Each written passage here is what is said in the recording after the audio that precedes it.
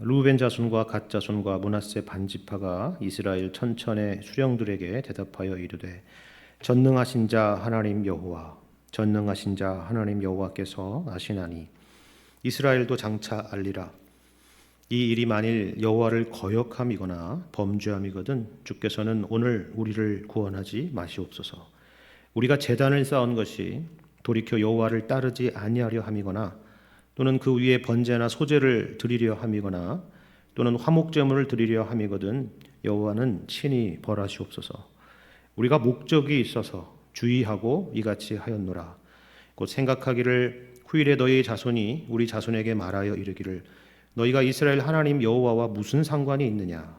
너희 루벤 자손 갓 자손아 여호와께서 우리와 너희 사이에 요단으로 경계를 삼으셨나니 너희는 여호와께 받을 분깃이 없느니라 하여 너희의 자손이 우리 자손에게 여호와 경외하기를 그치게 할까 하여 우리가 말하기를 우리가 이제 한 제단을 쌓기를 준비하자 하였노니 이는 번제를 위함도 아니요 다른 제사를 위함도 아니라 우리가 여호와 앞에서 우리의 번제와 우리의 다른 제사와 우리의 화목제로 섬기는 것을 우리와 너희 사이와 우리의 후대 사이에 증거가 되게 할 뿐이로서 너희 자손들이 후일에 우리 자손에게 이르기를 너희는 여호와께 받을 분깃이 없다 하지 못하게 하려 함이라. 우리가 말하였거니와 만일 그들이 후일에 우리에게나 우리 후대에게 이같이 말하면 우리가 말하기를 우리 조상이 지은 여호와의 제단 모형을 보라. 이는 번제를 위한 것도 아니요 다른 제사를 위한 것도 아니라 오직 우리와 너희 사이에 증거만 되게 할 뿐이라. 우리가 번제나 소제나 다른 제사를 위하여 우리 하나님 여호와의 성막 앞에 있는 제단 외에 제단을 쌓음으로 여호와를 거역하고 오늘 여호와를 따르는 데에서 돌아서려는 것은 결단코 아니라 하니라. 제사장 비느하스와 그와 함께한 회중의 지도자들 곧 이스라엘 천천의 수령들이 루벤 자손과 갓 자손과 므낫세 자손의 말을 듣고 좋게 여긴지라. 제사장 엘르아살의 아들 비느하스가 루벤 자손과 갓 자손과 므낫세 자손에게 이르되 우리가 오늘 여호와께서 우리 중에 계신 줄을 아노니 이는 너희가 이 죄를 여호와께 범하지 아니하였음이니라. 너희가 이제 이스라엘 자손을 여호와의 손에서 건져내었느니라 하고 제사장 엘르아살의 아들 비느하스와 지도자들이 루벤 자손과 갓 자손을 떠나 길라 땅에서 가나안 땅 이스라엘 자손에게 돌아와 그들에게 보고하매 그 일이 이스라엘 자손을 즐겁게 한지라. 이스라엘 자손이 하나님을 찬송하고 루벤 자손과 갓 자손이 거주하는 땅에 가서 싸워 그것을 멸하자 하는 말을 다시는 하지 아니하였더라. 루벤 자손과 갓 자손이 그 제단을 엣이라 불렀으니 우리 사이에 이 제단은 여호와께서 하나님이 되시는 증거라 함이었더라. 아멘. 우리가 22장 말씀을 벌써 이제 세 번째 함께 보고 있는데요. 이 22장 여호수아서 22장의 말씀은 크게 세 부분으로 구성되어 있습니다. 하나는 1절부터 9절까지인데요. 요단 동편의 땅을 기업으로 받은 두 지파 반을 축복하고 그들을 보내는 그런 내용입니다. 그리고 지난주에 우리가 살펴봤던 10절부터 20절까지는 이들이 돌아가는 길에 요단강가에 큰 제단을 쌓으면서 요단 서편의 지파들에게 의심을 사게 되었고 이에 대해서 진상을 알아보자 해서 대표단을 파견해서 그들의 문제가 무엇인지를 하나하나 조목조목 지적하는 그런 내용이었죠. 그리고 오늘 우리가 함께 읽은 본문 21절부터 마지막 34절까지는 이에 대해서 이제는 요단 동편 지파들의 대답과 더불어서 마침내 그 갈등이 해소되는 그런 내용입니다. 여기 22장의 본문의 흐름에서 우리가 먼저 생각해 볼 부분이 있는데요. 이 참 흥미로운 부분이 하나가 있습니다. 뭐냐면 말씀드리는 설명처럼 이렇게 해피엔딩으로 결론이 나기까지 이 문제와 갈등 해결에 대한 그 힌트나 그 실마리를 미리 앞서서 주고 있지 않다라는 사실입니다. 그래서 이 본문의 말씀을 우리가 흐름에 따라서 읽다 보면은 누구나 처음에는 요단 서편 지파들의 편에 서게 되는 것이죠. 그렇지. 그러면 안 되지. 그건 정말 이스라엘을 위험에 빠뜨리는 행동이지. 그렇게 같이 공감을 하게 됩니다. 하지만 오늘 본문에 들어서면 이번에는 반대로 요단 동편에 있는 지파들의 심정을 이해하게 되는 거죠. 그럼 그렇지. 그런 좋은 의도가 있었구나. 그러면 얼마든지 충분히 이해할 수 있지. 그렇게 생각하게 되는 것입니다. 여러분, 이 흐름이 어떤 의미인지 아시겠습니까? 우리가 신앙생활하면서 늘 경험하는 것 중에 하나가 뭐냐면 바로 오해라는 것입니다. 오해. 그리고 이 오해를 뭐 없을 수는 없잖아요, 그죠? 우리가 살아가면서. 근데 이 오해를 어떻게 다루느냐에 따라서 한 공동체가 굉장히 힘들어질 수도 있고, 또 반대로 오늘 본문의 결론처럼 이렇게 단단해질 수도 있다라는 사실입니다.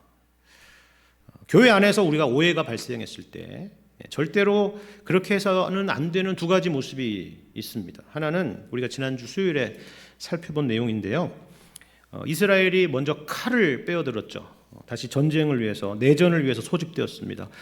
물론 이것은 그저 감정적인 행동이 아니라 하나님의 말씀에 근거한 정의를 실현하기 위한 그런 행동이었습니다.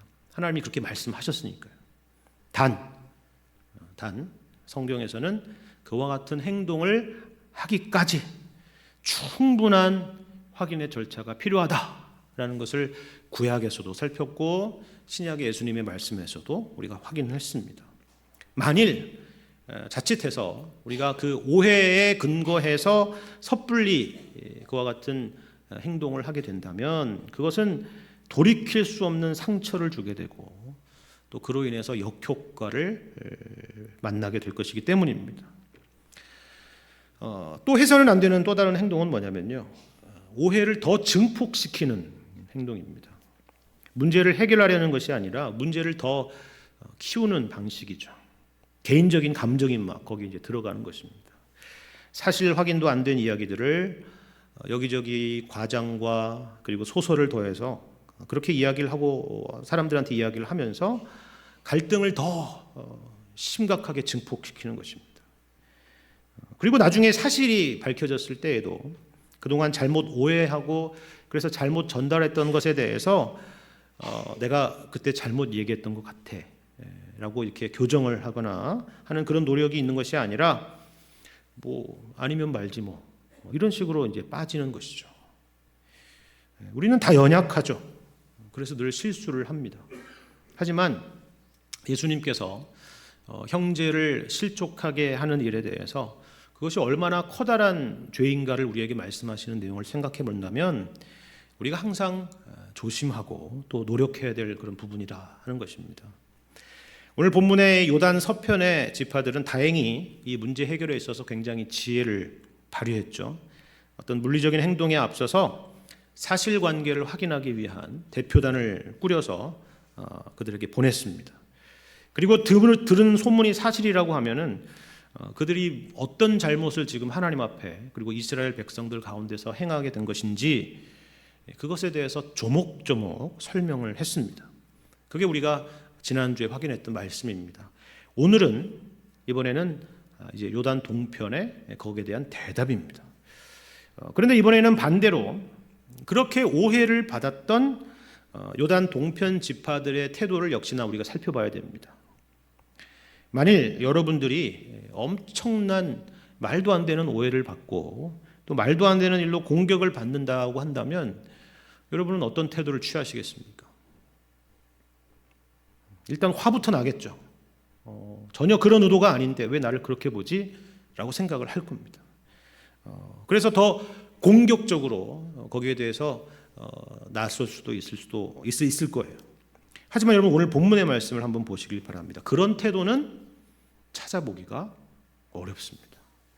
오히려 요단 서편 지파들 사람들이 오해하고 지금 이렇게 찾아와서 문제 삼는 것은 당연한 것이다. 나라도 그렇게 생각할 수 있었을 것이다. 라는 그런 생각이 전제되어 있죠. 상대방의 입장에 서서 지금 대답을 하고 있는 것입니다. 보세요. 본문에서 요단 동편 지파들은 화를 내거나 거기에 대해서 분개하지 않았습니다. 그리고 오히려 계속 이 말을 반복하는데요. 어떤 말이냐 하면은 우리가 제단을 쌓은 것이 번제를 위한 것도 아니고 다른 제사를 위한 것도 아니다라는 것입니다. 그리고 이런 대답은 23절에도 나오고 26절, 28절, 29절에서도 각각 조금은 다른 방식으로 반복되어서 강조되고 있습니다. 그러니까 지금 누구의 입장에서 답변을 하고 있느냐 하면은 지금 자기들을 오해하고 있는 상대방의 입장 가운데서 지금 답변을 하고 있는 거예요. 이것이 바로 오해를 하는 사람이나 오해를 받는 사람이나 마땅히 가져야 될 태도라 하는 것입니다. 개인이 아니라, 개인의 감정이 아니라 공동체를 생각하는 것입니다. 그런데 이것이 단지 태도만의 문제가 아닌 것은요, 이러한 태도가 나올 수 있었던 본질적인 동기가 있었기 때문에 그렇습니다. 그 본질적인 동기라고 하는 것은 바로 하나님 중심적인 생각이었습니다. 요단 서편의 지파들도 마찬가지였죠. 지금 이들을 찾아온 이유는 오직 하나였습니다. 개인적인 감정이나 어떤 그 지파적인 그런 지파 중심적인 이기심 때문이 아니라 하나님을 향한 한 가지 마음 때문에 지금 이들을 만나고 있는 겁니다. 그래서 지난주에 우리가 19절의 말씀에서 본 것처럼 우리 땅도 너희들을 위해서 기꺼이 내놓을 수 있다라고 하는 자기 희생이 전제된 이야기까지 할 수 있었던 것이죠. 그리고 나서 19절 하반절에 오직 우리 하나님 여호와의 제단 외에 다른 제단을 쌓음으로 여호와를 거역하지 말며 우리에게도 거역하지 말라라고 그렇게 말하는 것입니다. 하나님 중심적입니다. 그렇죠? 근데 요단 동편 지파도 마찬가지예요. 여러분 이 말씀을 보시길 바랍니다. 22절, 본문 22절을 보시면 이렇게 대답을 하죠. 전능하신 자 하나님 여호와, 전능하신 자 하나님 여호와께서 아시나니 이스라엘도 장차 알리라. 이 일이 만일 여호와를 거역함이거나 범죄함이거든 주께서는 오늘 우리를 구원하지 마시옵소서. 우리가 제단을 쌓은 것이 돌이켜 여호와를 따르지 아니하려 함이거나 또는 그 위에 번제나 소제를 드리려 함이거나 또는 화목제물을 드리려 함이거든 여호와는 친히 벌하시옵소서라는 것입니다. 여기 특별히 22절 상반절에 전능하신 자 하나님 여호와라는 하나님에 대한 세 가지 호칭이 다 등장할 뿐만이 아니라 그것이 두 번이나 반복돼서 등장하는 것을 볼 수가 있죠. 하나님이 우리의 진심을 아실 것이다. 우리의 진실을 알 거다라는 거예요. 그리고 만일에 이것이 정말 하나님을 거역하는 행동이라 그러면 하나님은 우리를 구원하지 마시고 우리는 친히 벌을 받을 각오까지 되어 있다라는 그런 이야기입니다. 다시 말해서 이 요단 동편 지파들의 행동 역시 하나님을 위한 것이다라는 것을 우리가 알 수가 있는 거예요. 참 흥미롭죠. 둘 다 하나님을 위한 것인데 오해가 생기고 갈등이 생겼다는 것입니다. 우리가 늘 부족하고 그리고 실수가 많은 사람들이죠. 왜 교회 생활을 하면서 서로 간에 오해가 없겠습니까? 다만 우리 마음에 누군가에 대한 오해가 있을 때에 항상 이 두 가지의 자세를 잊지 않는 것이 중요한 것입니다. 하나는 말씀드린 것처럼 하나님 중심적인 마음을 잃지 않는 것이고요. 또 다른 하나는 무엇보다 먼저 상대방의 입장에서 생각을 하는 것입니다. 이것이 바로 오늘 본문 말씀처럼 오해로 시작되었지만 해피엔딩으로 끝날 수 있는 아주 중요한 지혜인 것입니다. 물론 우리는 잘하지 못합니다. 늘 생각해야죠. 그러니까 이런 말씀이 있는 것입니다. 그렇죠? 자, 이제 그렇다면 오해를 풀 시간이 되었죠. 요단 동편 지파 사람들은 그렇다면 왜 그 요단가에 커다란 제단을 쌓았을까 하는 것입니다. 그 목적이 무엇이었을까 하는 것이죠. 우리는 본문에서 여기에 대한 요단 동편 지파들의 대답을 보면서 구체적으로 이들이 어떤 염려를 가지고 있었고 그리고 또 이러한 염려가 오늘날 우리에게 주는 교훈은 또한 무엇인가 하는 것을 우리 함께 생각해 볼 필요가 있을 것 같습니다. 첫 번째로는 어떤 염려냐면요. 신앙에 대한 염려였습니다. 신앙에 대한 염려. 24절 말씀을 함께 보시길 바랍니다. 우리가 목적이 있어서 주의하고 이같이 하였노라. 그렇죠? 곧 생각하기를 후일에 너희의 자손이 우리 자손에게 말하여 이르기를 너희가 이스라엘 하나님 여호와와 무슨 상관이 있느냐?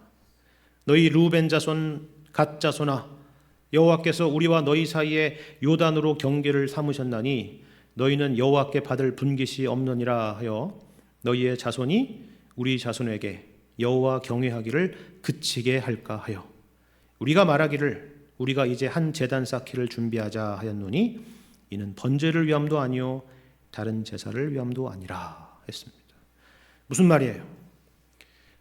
지금이야 이 22장 본문의 상황 가운데서 있는 그런 지금과 같은 상황이야 우리가 한 민족이고 한 나라이고 한 공동체라는 사실을 의심할 사람이 아무도 없겠지만 나중에 시간이 지나도 과연 그 기억이 유지될 수 있을지가 걱정이라 그 얘기입니다.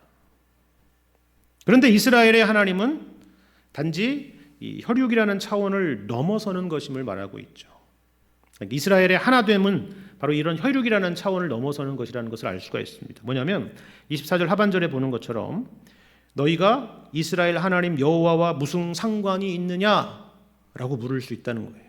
그리고 25절 하반절에도 너희의 자손이 우리 자손에게 여호와 경외하기를 그치게 할까 해서 그랬다는 것이 말하는 것입니다. 그러니까 요단 동편 지파들도 그것을 잘 알고 있었다는 거죠. 우리가 하나 될 수 있는 단 하나의 이유는 우리가 피를 나는 한 혈육이라서가 아니라 그것만이 전부가 아니라 어떤 거예요? 하나님을 섬기는 신앙 때문이라 하는 것입니다. 이 신앙이 혹시나 요단 동편 지파에 의해서 요단 서편 지파에 의해서 거부될 것을 염려하고 있었다는 것을 알 수가 있습니다.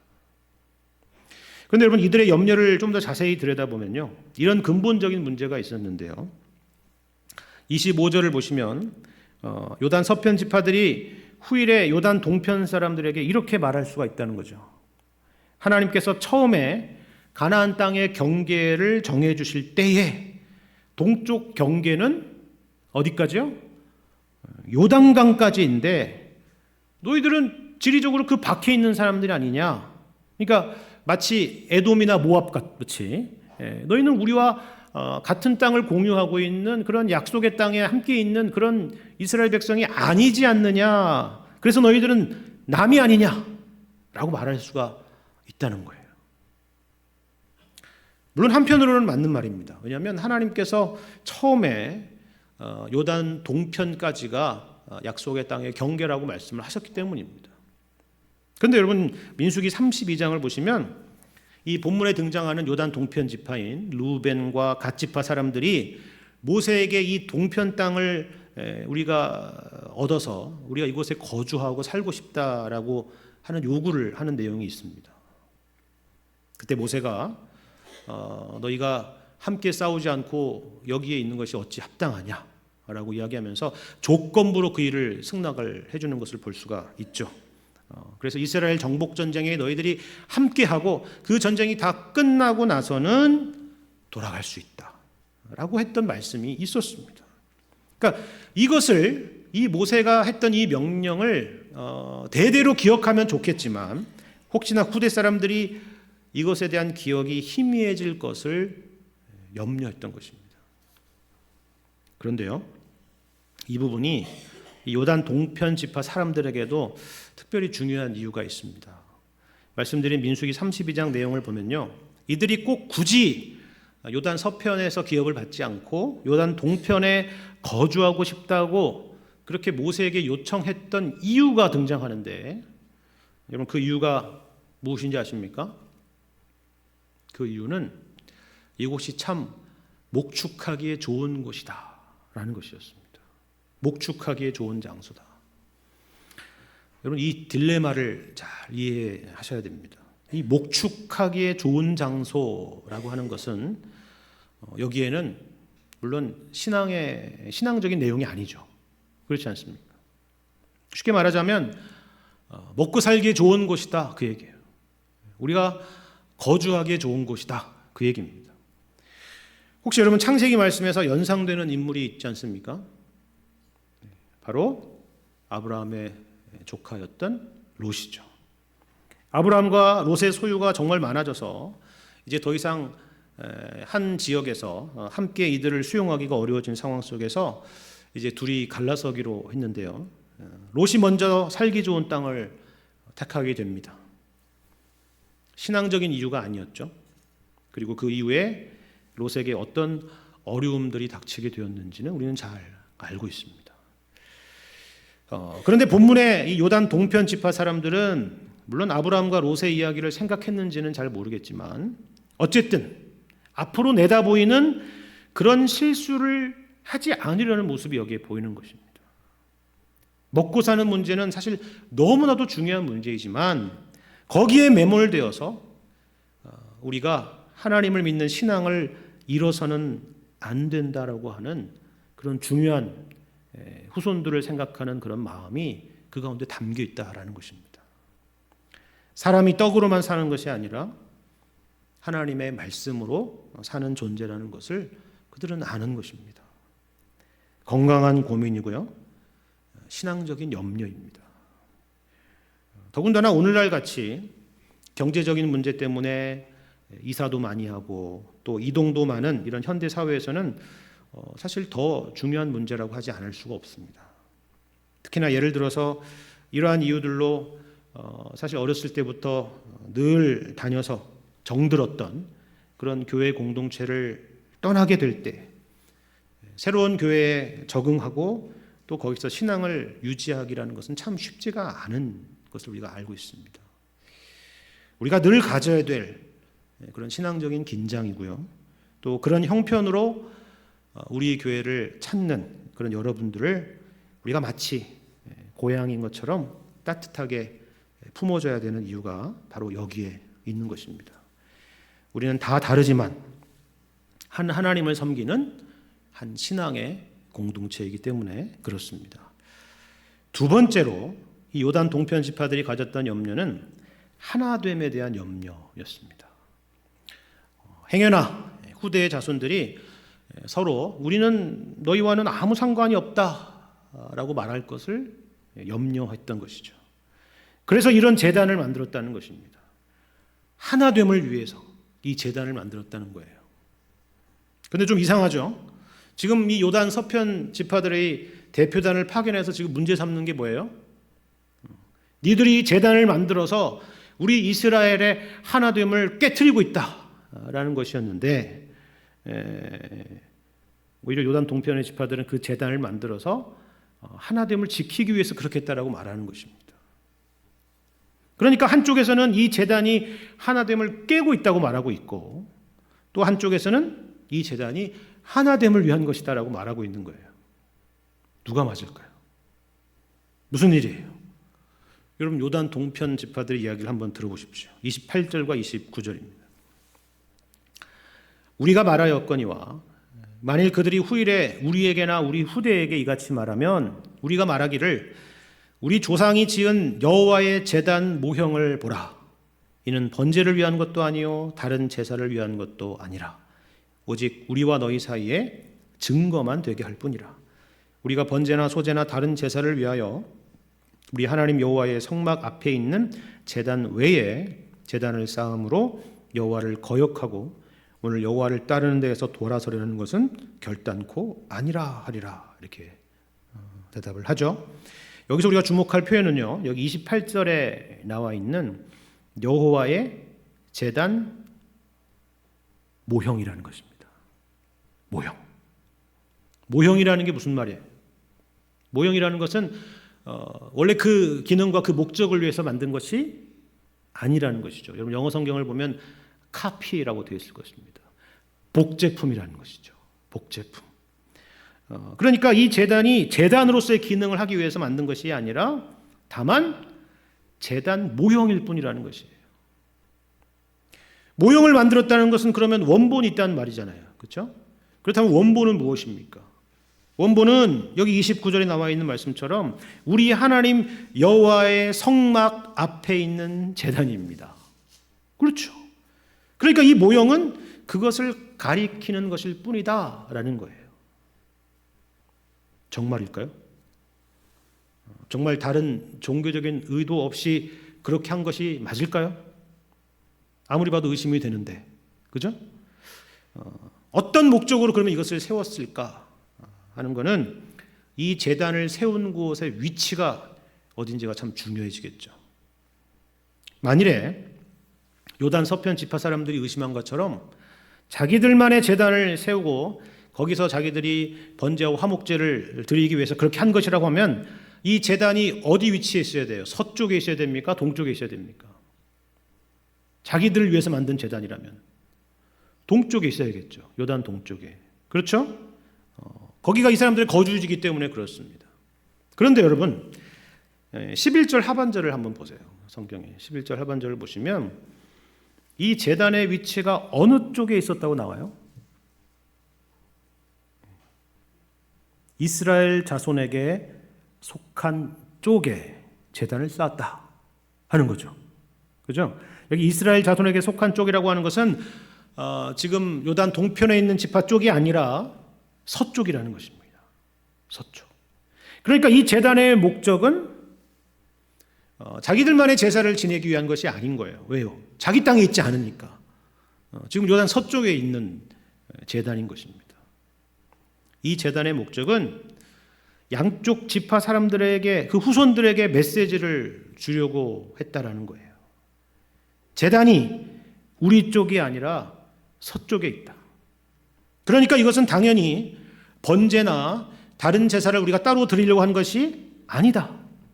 우리에게는 오직 하나의 제단, 여호와의 성막 앞에 있는 제단뿐이다. 그것을 말하기 위한 증거였다라는 것입니다. 그러니까 모두 다 하나됨을 지키기 위한 노력이었다라는 것이죠. 흥미로운 것은 여기서 이스라엘 양쪽 진영의 강조점의 차이를 볼 수가 있다라고 하는 건데요. 둘 다 하나됨을 위해서 노력을 하는 건데 요단 서편 지파들을 보면 하나님을 거역하는 것이 이 하나됨을 무너뜨리는 것이다라는 강조가 있습니다. 그래서 지금 동쪽으로 찾아온 거잖아요. 대표단을 데리고. 그렇죠? 근데 반대로 이 요단 동편 지파들을 보면요. 우리가 대대로 하나됨을 지켜나가야 하나님에 대한 바른 신앙도 가질 수 있다라는 강조를 하고 있습니다. 어떤 뉘앙스의 차이인지 아시겠어요?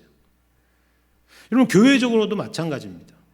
어떤 사람들은 우리가 하나의 신앙 고백과 교리적인 순수성을 가져야 된다라고 강조하면서 항상 여기에서 뭔가 벗어나 있는 부분에 대해서 예민하게 반응하는 그런 분들이 계십니다. 반대로 어떤 사람들은요. 일단 우리가 서로 교제하고 사랑하고 하나 되기 위해서 힘쓰고 노력을 해야 그렇게 우리 마음이 하나가 되어야 그 가운데서 바른 신앙도 교육을 하고 바른 교훈도 바른 교리 교육도 가능한 것이 아니겠습니까? 라고 생각하는 사람들도 있다는 사실이에요. 그럼 어떤 게 맞을까요? 어떤 게 맞습니까? 둘 다 맞죠. 둘 다 맞습니다. 우리는 두 가지 모두를 놓쳐서는 안 됩니다. 그렇게 하지 않고 한쪽 극단으로 가면은 차가운 교리주의자가 되거나 아니면 반대로 교회의 교회됨을 잃어버리고 말게 되는 것입니다. 성경에는요, 이 두 가지의 강조가 모두 다 있습니다. 바른 교훈을 가르치고 전해야 된다라는 강조와 더불어서 모이기를 힘써야 된다라는 그런 요구도 우리 가운데 있는 것이죠. 오늘 본문의 말씀도 마찬가지입니다. 요단 동편 지파의 우려도 맞는 말이고 요단 서편 지파의 대답도 틀린 것이 없습니다. 그래서 모두 좋게 여기고 모두 행복했던 것입니다. 우리는 과연 이 두 가지 모습 중에 어느 쪽에 치우쳐 있는지, 이 둘 사이의 균형을 위해서 무엇이 필요한지 우리가 항상 고민하고 생각해야 될 부분입니다. 마지막 세 번째로는 이 요단 동편 지파들의 염려에는요, 다음 세대에 대한 염려가 있다는 사실입니다. 다음 세대에 대한 염려. 이들은 다만 현재를 염려하는 게 아니에요. 본문에서 계속 등장하는 표현이 이런 것인데요. 어떤 거냐면 후일에, 후대에, 너희의 자손들이, 우리의 자손들이, 이와 같은 표현들입니다. 그러니까 모두 어디를 향하고 있냐면 다음 세대를 향하고 있습니다. 앞으로의 세대에 앞서 말씀드린 신앙과 하나됨을 지금 염려하고 있는 것입니다. 사실 요단 동편의 입장에서 보자면 굳이 이런 번제단 모양을 힘들게 세울 필요가 없어요. 그 시점에서 바로 그 누구도 우리가 피를 나눈 혈육이고 함께 싸운 동지고 무엇보다 하나님을 믿는 신앙 공동체라는 사실을 부인할 사람은 아무도 없기 때문입니다. 하지만 지금 그들은 오늘을 보고 있는 것이 아니라 내일을 보고 있다는 사실입니다. 그리고 그들의 신앙과 하나됨을 위해서 무엇이 필요한가 하는 것을 지금 고민하고 있고 행동했다는 사실이에요. 물론 이 제단 모형이라고 하는 것이 그 다음 세대를 위해서 적절한 것이었는지, 그게 최선이었는지, 괜한 일을 한 것은 아닌지, 그건 정확히 우리가 알 수가 없어요. 그거보다 더 나은 것이 있을 수도 있었겠죠. 하지만 우리가 여기서 확인하게 되는 중요한 것은 바로 이것입니다. 자신들 세대만이 아니라 다음 세대를 위해서 뭐라도 해야 된다는 생각이 있었다는 사실입니다. 그리고 그것이 때로는 오해를 받을 수 있는 일이라고 할지라도 하나님께서는 우리의 진심을 알아주실 것이다 라는 그 믿음으로 그렇게 했다라는 사실이에요. 그것이 바로 22절과 23절의 말씀에 담겨있는 중요한 의미 중에 하나죠. 하나님은 우리를 아실 것이다 라는 겁니다. 물론 정답은 없어요. 이렇게 하는 게 맞아? 꼭 이렇게 해야 돼? 괜히 이런 거 했다가 성도들에게 오해를 받는 거 아니야? 맞습니다. 그런 고민을 해야죠. 그런 고민을 해야 됩니다. 무엇이 최선이고 혹시나 그것이 성경에 벗어난 일은 아닌지, 혹시나 교회의 화평에 어려움을 끼치거나 또 문제가 되는 일은 아닌지 항상 고민하고 또 기도하고 생각하고 노력을 해야 되는 것입니다. 그런데 그것보다도 더 큰 문제는 그런 노력이 아니라 아무것도 하지 않는 것입니다. 그저 모세의 시대, 여호수아의 시대만 추억하면서 모이면 무용담처럼 라떼 이야기만 하면서 다음 세대를 위해서 아무것도 하지 않는 거예요. 여러분 생각해 보십시오. 요단 동편 지파 사람들이 이런 제단 모형을 만들지 않았더라면 괜한 갈등도 없었을 것이고 요단 서편 지파들이 그 요단 서편 지파 대표들이 출동해서 이렇게 오지도 않았을 것입니다. 얼마나 좋은 일이에요. 아무 일도 하지 않으면 아무 일도 없습니다. 그런데 그렇게 되면 이스라엘은 서서히 신앙의 불길이 사그라들겠죠. 우리가 다음 주 수요일부터 살펴보겠지만 여호수아의 마지막 23장과 24장은 여호수아가 남기는 마지막 유언인데요. 이게 모두 다 어디에 초점이 있느냐 하면 현재 세대가 아니라 다음 세대에 초점이 있습니다. 우리가 깊이 생각해 봐야 될 지점입니다. 우리가 잘 아는 신명기 6장 말씀을 한번 보시면 이런 말씀이 있죠. 신명기 6장 4절부터 8절까지 말씀입니다. 특히 가정의 달에 항상 많이 인용되는 성경입니다. 이스라엘아 들으라, 우리 하나님 여호와는 오직 유일한 여호와이시니 너는 마음을 다하고 뜻을 다하고 힘을 다하여 내 하나님 여호와를 사랑하라. 오늘 내가 내게 명하는 이 말씀을 너는 마음에 새기고 내 자녀에게 부지런히 가르치며 집에 앉았을 때에든지 길을 갈 때에든지 누워 있을 때에든지 일어날 때에든지 이 말씀을 강론할 것이며 너는 또 그것을 내 손목에 매어 기호를 삼으며 내 미간에 붙여 표를 삼고 라고 했죠. 여기 두 가지 책임이 있습니다. 하나는 우리 각자에게 주시는 책임입니다. 어떤 거예요? 하나님을 사랑하고 하나님의 말씀을 우리 마음에 새기는 것입니다. 근데 그게 전부가 아니라는 것이죠. 7절 말씀처럼 자녀 세대, 다음 세대에 대한 책임 또한 우리에게 있다는 사실입니다. 특별히 여기 7절에 내 자녀에게 어떻게 가르치라고요? 부지런히 가르치라는 말씀이 보이죠. 왜 그냥 가르치라는 것도 아니고 부지런히 가르치라고 했을까요? 우리가 부지런히 가르치지 않으면요, 세상이 그들에게 부지런히 가르칠 것이기 때문입니다. 중립지대는 없습니다. 우리가 신앙교육을 놓치면 어느새 다른 것이 우리 자녀들의 생각에 자리 잡게 되는 것입니다. 이 요단 동편 지파들의 사람들은 바로 이 고민이 있었다는 것이죠. 우리도 가져야 될 고민입니다. 우리 다음 세대의 신앙을 위해서 우리가 해야 될 일이 무엇인지 진지하게 고민하고 또 지금 우리가 할 수 있는 일을 해야만 하는 것입니다. 30절 이하의 내용을 보시면 바로 이 일에 모두가 행복하게 되었다라고 말씀하고 있습니다. 하나님을 찬송하게 되었고요. 이스라엘 자손들은 즐거워했다라는 아름다운 결말입니다. 우리가 꿈꾸는 해피엔딩이죠. 우리 송파제일교회 또한 신앙에 대해서, 하나됨에 대해서, 그리고 다음 세대에 대해서 이처럼 한 마음을 가질 때에 우리에게도 있게 될 행복한 결말이 될 것입니다. 이를 위해서 함께 기도하고 또 서로를 격려하고 세워줄 수 있는 여러분과 제가 되기를 우리 주님의 이름으로 간절히 축원합니다.